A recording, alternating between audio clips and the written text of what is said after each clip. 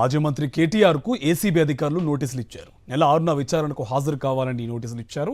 Formula ఈ car race కేసుకు సంబంధించి ఆయనకు ఏసీబీ అధికారులు నోటీసులు అందజేశారు. దీనికి సంబంధించి మరింత సమాచారం మా కరెస్పాండెంట్ సాయి కిరణ్ మనకి ఫోన్ లైన్లో డీటెయిల్స్ అందిస్తారు. సాయి కిరణ్, ప్రస్తుతం ఈ ఇష్యూ చాలా పొలిటికల్ హీట్ పెంచుతోంది.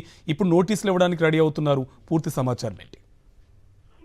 కార్తిక్, ఏదైతే తెలంగాణలో సంచలనం జరుగుతున్న ఫార్ములా ఈ రేస్ కేసుకు సంబంధించి అందులో ఏవన్ గా ఉన్నటువంటి మాజీ మంత్రి కేటీఆర్ కు ఏసీబీ సంస్థ నోటీసులు జారీ చేసింది. ఈ నెల 6వ తారీఖున విచారణకు రావాలంటూ కూడా ఏసీబీ అధికారులు కేటీఆర్ కు నోటీసులు జారీ చేశారు. కాసేపటి క్రితమే కేటీఆర్ నివాసంలో ఏసీబీ అధికారులు వెళ్లి ఆయనకు నోటీసులు జారీ చేశారు. ఈ నెల 6న విచారణకు రావాలని కూడా నోటీసుల్లో పేర్కొన్నారు. అయితే ఇప్పటికే ఈ కేసులో ఈడీ అధికారులు సైతం కేటీఆర్ ను ఈ నెల 7వ తారీఖున విచారణకు రావాలని చెప్పి కూడా ఇప్పటికే ఆయనకు నోటీసులు అందించారు.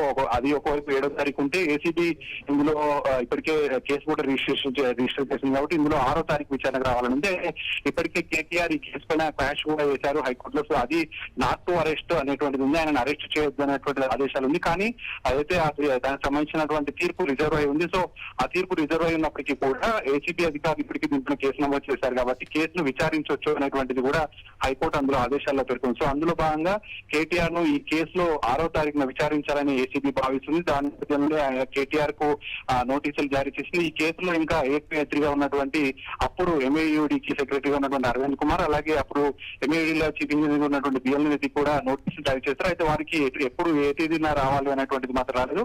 ముఖ్యంగా ఫార్ములా ఈ రేస్ కేసులో 55 కోట్లకు సంబంధించినటువంటి చెల్లింపులు కేబినెట్ అప్రూవల్స్ లేకుండానే అప్పుడు కేవలం అప్పుడు మంత్రిగా ఉన్నటువంటి కేటీఆర్ ఆదేశాల మేరకే అప్పుడు చేశారు. సో దీని ద్వారా అప్పుడు ఉన్నటువంటి తెలంగాణ ప్రభుత్వం సంబంధించిన నిధులన్నీ కూడా అవకతవక జరిగాయి అనేటువంటి ప్రధాన ఆరోపణ ఉంది. సో దీనిపైనే ప్రస్తుతం ఏసీబీ 6వ తారీఖున కేటీఆర్ కు నోటీసులు అందజేసి విచారించాలని భావిస్తుంది.